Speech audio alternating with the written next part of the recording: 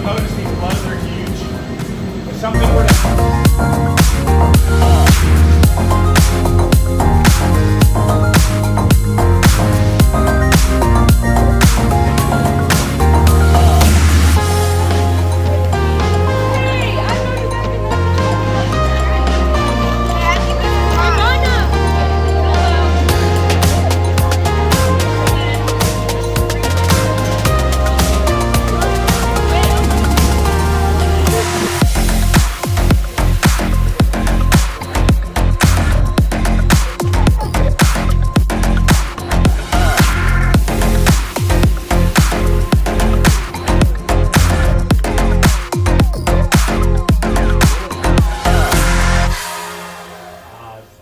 you probably saw when you drive on the highway, occasionally you see engineer inspectors climbing on, part of this crane to bridge to another end. It takes quite a bit of time and a very cumbersome operation. You imagine you have a highway in between, you could sometimes have a railway in between, even though from one end to the other end is only a few hundred feet, you may not be able to cross directly. You have to go detour a long distance coming back. All that translated into money, cost. But in the future, we are developing this totally new platform, mobile platform, using drones, climbing robots, and you will see here physically soon. The inspector or operation engineer will take advantage of this new technology that enhance the efficiency of inspection and also saving a lot of money. And engineer will, or inspector will do more interesting part of a job instead of climbing there and doing things repeatedly. Now you can see on the ground to do the inspection taking advantage of robot. And you can either command the robot to do different things, or changing the camera setting, or going back to office to process the data you get. Because transforming the data you collected from camera to something engineer can use is a long way. And that quantification is important for engineering purpose. Okay, so that's you can see the if you connect different dye, you will get different kind of a length for crack, area for the lamination area, which means that the concrete is there. You can see that layer peel off as a delamination. Okay, so you can see that kind of defect area or corrosion. You can see color change on the surface of the structure, right? So those are the features we look for engineer and use them directly. Okay, it's working on that virtual collaboration workspace in the future. We already have some basic platform already.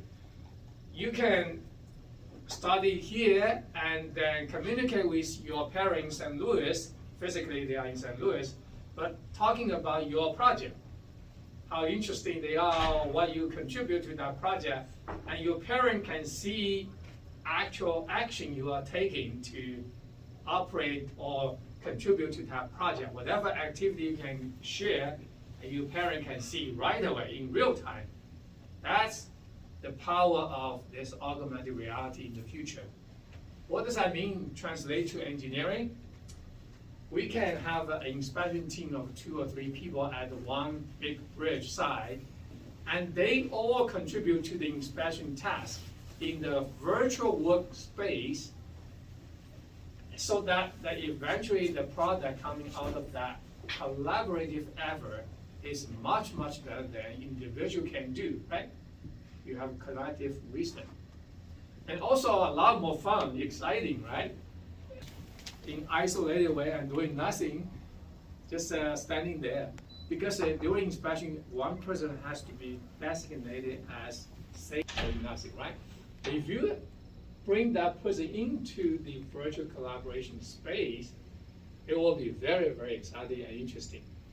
So all this, not only to create also new job opportunity, certainly it's a much higher paid job because it requires more training.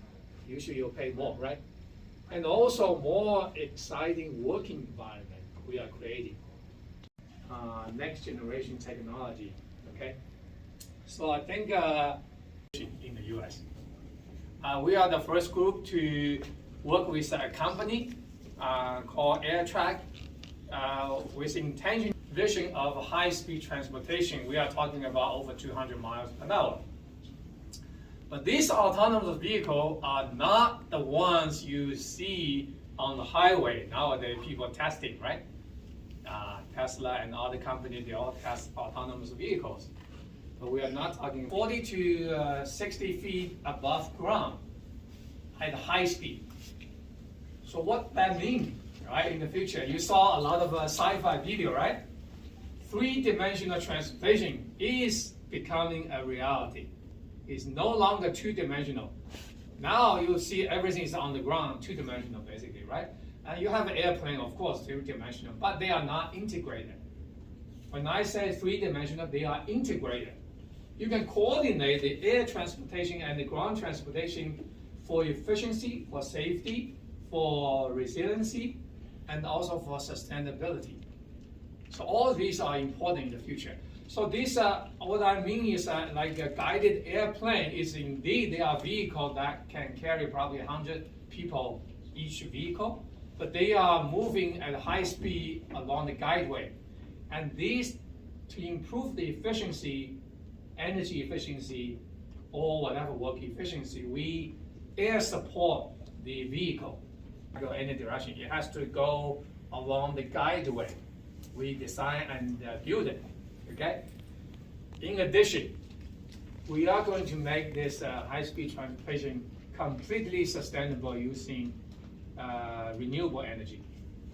We did some design using solar energy collected from a solar roof on top of this guideway. Is plenty to sustain. Is 10% of that energy is plenty to supply for the entire operation of a high-speed transportation in the future, from here to St. Louis, for example. 90% of remaining this energy can be transported to the center of business in St. Louis to support residential and commercial use. The collision with any object, okay? So this is all drones are upstairs. I'm showing you. We designed here, design and build here. Okay, let's go to the second floor. And we have a virtual lab downstairs and we have a real lab upstairs. Okay, so what we are doing over here is a robotic design and fabrication. And actually, Dawson is one of the undergraduates in mechanical engineering, helping design. And for example, that device is a sonar and an altimeter to inspect the bridge in the river. You know sonar, right? Sonar send reading. And of course, our center also has probably one of the largest 3D printer on campus, on the entire campus. Yes. Any size of 2 by 2 feet, I think, is a pretty large things we can get. And that in the top, you know, we all print it over here. Okay. So, and we can also do, you know, this lab also equipped with other type of, in the future, if we do chemical sensing capability on the drone, we can do that. And to take off. So the drone will just take off, and then to turn left and to turn right, so you just use this icon.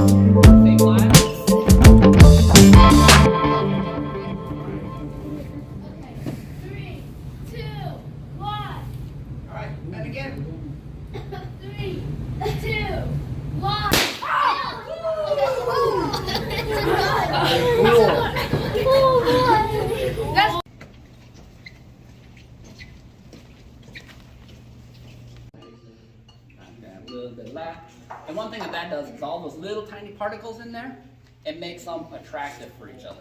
They stay little tiny particles because they repel each other. They don't like it. So time to act. We all good there? All right. Slow before.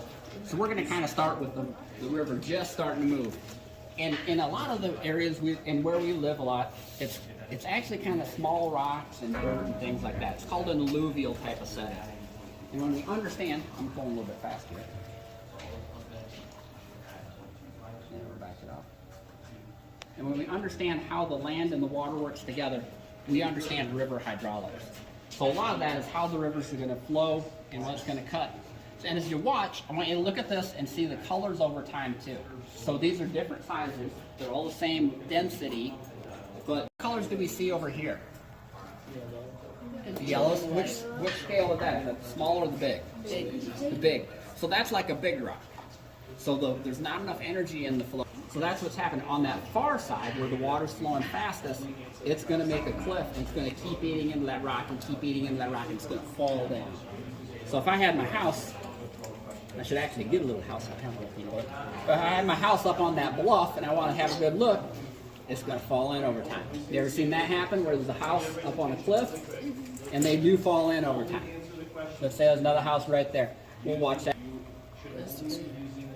Because it's eating on this side, so it's cutting away this side. It's changing the world around it, okay? It's supposed to be really strong, and I grind it up to be just micro, pour it through a little bit of sand.